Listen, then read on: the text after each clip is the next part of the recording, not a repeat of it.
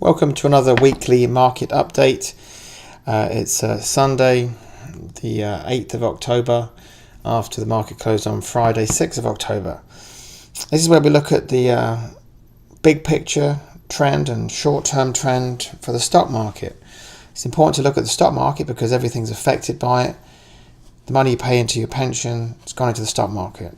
So you can't say I'm not interested in the stock market.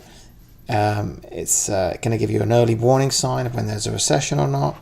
So everybody should be interested in the stock market and what it's doing or about to do, and that's what we look at here each week. So this is a multi-year chart here starting in 2015 going on to present day of the market. Each of these little vertical lines is a week of action, and then what helps us balance that out is these blue lines here and the red line here, which are kind of moving averages, which is like an average, ongoing average. What is the market doing? So the average is pointing up and the price is above the average, then that's a healthy sign, and that's what we've got right now and have had since last November when my system triggered to get into the market, then hasn't been going down ever since. This is a picture perfect of what we call a bull market. It's an uptrending market, and there's been no change there for a long time. There hasn't even been a healthy correction for getting on for a year now. It's got to be a record. Crazy, actually. So there's the big picture, no question about that. If we look at the short-term picture, try and get more of a clue here. What I've done here is this is just 6 months and each one is 1 day now.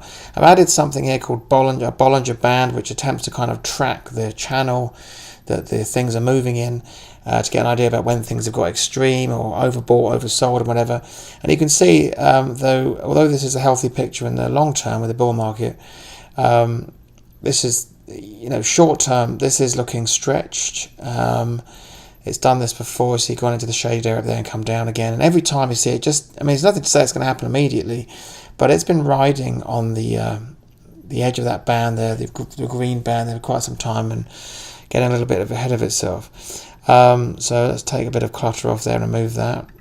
One other thing I can look at is, as you can see already, this is the 50-day moving average, and it's got very above that. Last time I got that high was over here, and it's not long before it comes down a little bit in the short term. So what I'm saying is that short term, undoubtedly this trend is also up. Got no reason to say it's pointing down at this time, but it's very, very stretched, and that's going to make me cautious about putting anything new on, for sure. Another thing I can look at is something called the A5. This is basically a percentage of stocks above their 50-day moving average in the S&P 500, which is the main benchmark. And we can see that it's getting on the high side here as well.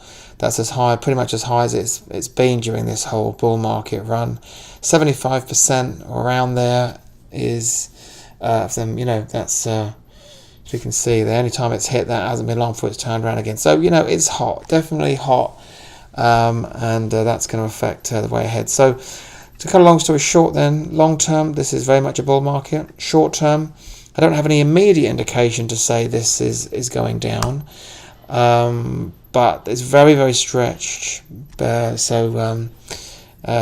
Short term is up, but very stretched. So I will speak to you next time.